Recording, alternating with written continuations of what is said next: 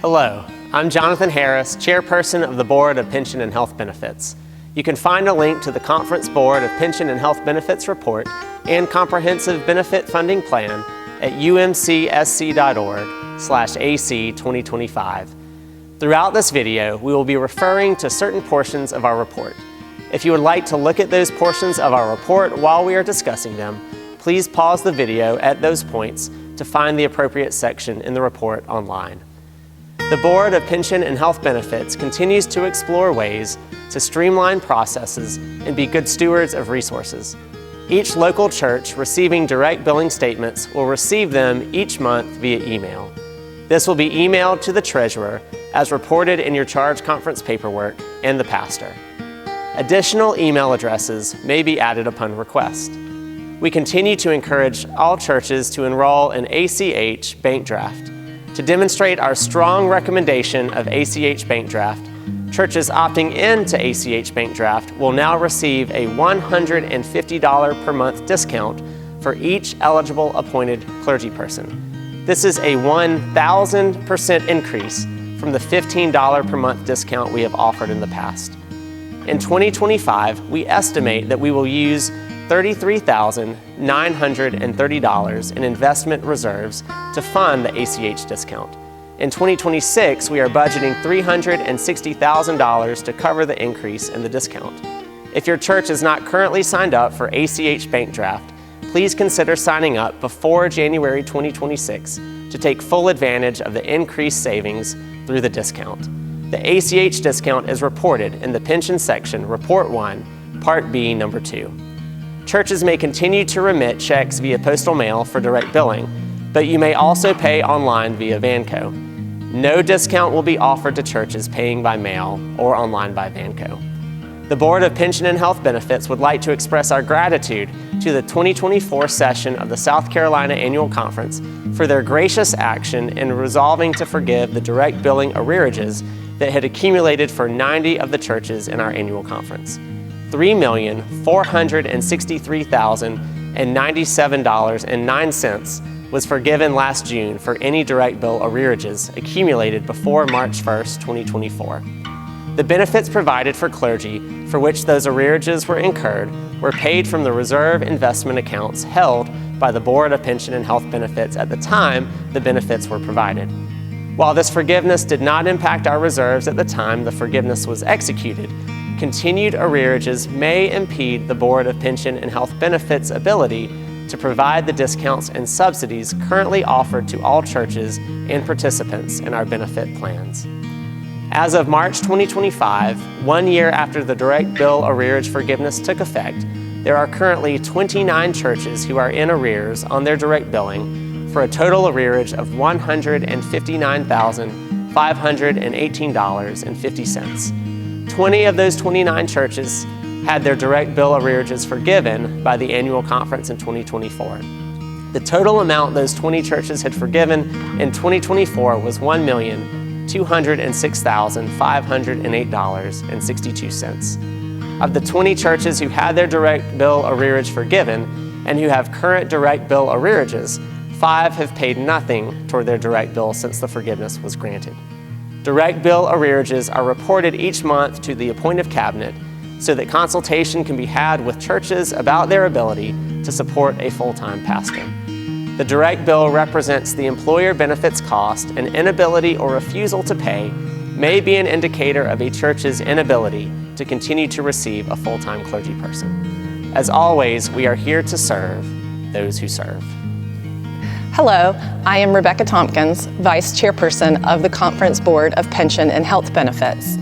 I would like to share with you some information about a reduction in the apportionment request for retiree health care. As you review the report of the Board of Pension and Health Benefits, which is report number 6, and the Council on Finance and Administration budget, you will notice the Board of Pension and Health Benefits is not making an apportionment request. The amount requested for 2025 was $100,000, and at the request of CF&A, we will not be receiving any apportionment dollars this year. This reduction continues to be due to a decrease in census numbers and a favorable valuation report on the post-retirement medical investments from Willis Towers Watson. In 2026, we will use investment reserves to fund benefits such as transitional pension funding, grants for incapacitated participants, and moving grants for retirees. Each year, the Board of Pension and Health Benefits continues to explore healthcare options that may suit our needs at a lower cost. We realize that the increasing cost of healthcare creates difficulty for both local churches and participants alike. Our healthcare rates for 2026 are increasing overall by 5%. Annual conferences using the WestPath HealthFlex exchange overall are experiencing increases between 1% and 12%. We are thankful to be on the low end of the increases. The Board of Pension and Health Benefits continues to urge participants to take advantage of the well-being programs offered through HealthFlex, such as the Personify program, formerly known as Virgin Pulse, the Blueprint for Wellness, and mental health programs such as EAP. The Board of Pension and Health Benefits continues to utilize investment earnings to slow the rate increases passed on to local churches and participants. The board is budgeting $383,134 in investment earnings as subsidy in 2026. Healthcare costs continue to trend higher and are expected to continue to rise. Please note in report number 6.13 regarding future years' health benefit increases. While efforts are being made to reduce the cost to local churches and participants in the plan, the Board of Pension and Health Benefits expects rates to continue to rise. Rates for 2027 are expected to rise by a minimum of 5% for both the health fee and the personal portion of the participants. Please be assured that the Board of Pension and Health Benefits continues to do its due diligence to make sure that participants receive the best possible health care at the most affordable cost. Hello, I am Rett Haselden, your Conference Benefits Officer. I'd like to draw your attention to a few portions of our report. You can find a link to our report at umcsc.org/AC2025. In report number 1, section A, you'll notice that the Board of Pension and Health Benefits requests that the past service rate for our participants and retirees who have pre-1982 service be fixed at $1,007 per month. This is an increase of 2%. The rate for 2025 is $987. Compass direct billing information can be found in report number 1, section B. This outlines the direct billing for pensions. The Compass plan was approved by the 2020-2024 General Conference and begins January 1st, 2026. The plan has 3 employer-funded components: a flat rate contribution, a 3% of billable compensation non-matching employer contribution, and a 4% of billable compensation matching employer contribution. For 2026, the flat rate contribution is $150 per month or $1,800 per year. The flat rate, 3% non-matching, and 4% matching contributions will be billed to each church or charge with an eligible full-time clergy person. In addition, the Compass plan requires that all participant payroll withheld personal contributions be billed and remitted through the annual conference. So beginning January 1st, 2026, those contributions will be included on the invoice with the direct billing, like the health plan payroll withholdings. Churches with Compass eligible clergy will no longer receive a bill from WestPath, nor will they remit any contributions directly to WestPath. All eligible clergy will be automatically enrolled in Compass with at least a 4% personal contribution that will automatically escalate each year on January 1st by 1%, up to a 10% personal contribution. If an eligible clergy person is already contributing at a rate greater than 4%, their contribution will remain at the higher contribution level. 10% is the maximum automatic escalation percentage, but an eligible clergy person can contribute at a rate that is higher than 10%, up to the IRS contribution limit. Clergy can opt out of the automatic enrollment and the automatic escalation. Direct billing for the welfare plan, CPP death and disability benefits for 2026 remains the same as 2025 at 3% of the clergy person's billable compensation for each item. The retirement recommendation for part-time clergy will remain at 12% of compensation. This is contingent on the clergy person contributing 3% and the church or charge matching at 9%, totaling 12%. The local church must have an adoption agreement on file to participate. Billing for these contributions will continue directly through Westpath. Retiree moving grant information is found in Report Number 1, Section D. Moving grants for 2026 are set at $2,500 for retirees to include up to $350 in verifiable packing expenses. Retirees must apply for the grant within 90 days of receiving their first benefit payment.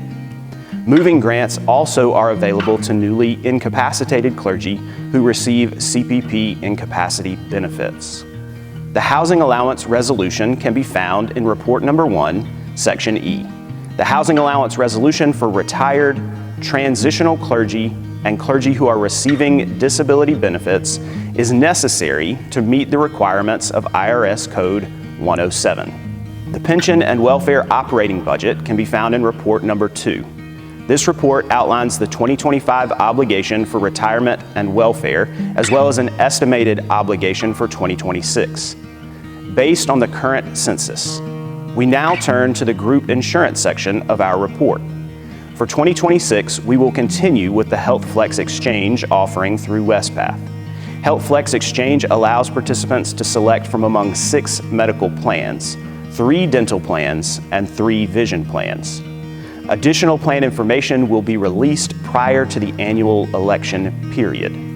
Access to the options of the Health Flex Exchange gives participants the ability to select a plan that best suits their individual needs.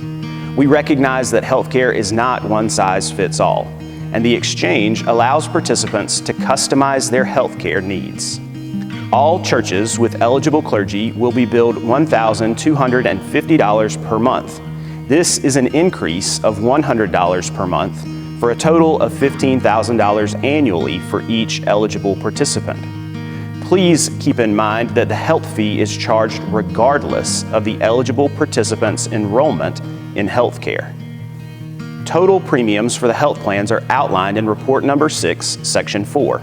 As Rebecca mentioned previously, the Board of Pension and Health Benefits has authorized a subsidy through investment earnings to prevent the health fee and participant premiums from increasing even higher.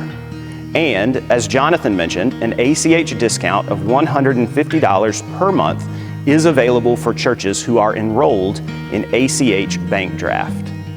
The actual rates participants will pay are outlined in Report Number 6, Section 12. In 2026, all participants, which includes itinerant clergy, deacons, and lay employees of local churches, will receive the benefit of the earnings subsidy. I would like to remind participants that the 1st of November each year is the time frame in which our annual election takes place for health benefits. Please take time to elect your health care for 2026. Review your current elections and make the selection that best suits your needs for 2026. If you do not make a new election, your current medical, dental, and vision elections will carry over. However, any medical reimbursement, health savings, or dependent care account amounts will not. The best practice is to log in and make your elections each year, even if you select the same plans as you are currently enrolled. If you have any questions about our report, you can go to umcsc.org/AC2025 and click on the link marked Contact the Board of Pension and Health Benefits. We look forward to hearing from you. Thank you for your time and attention to our report.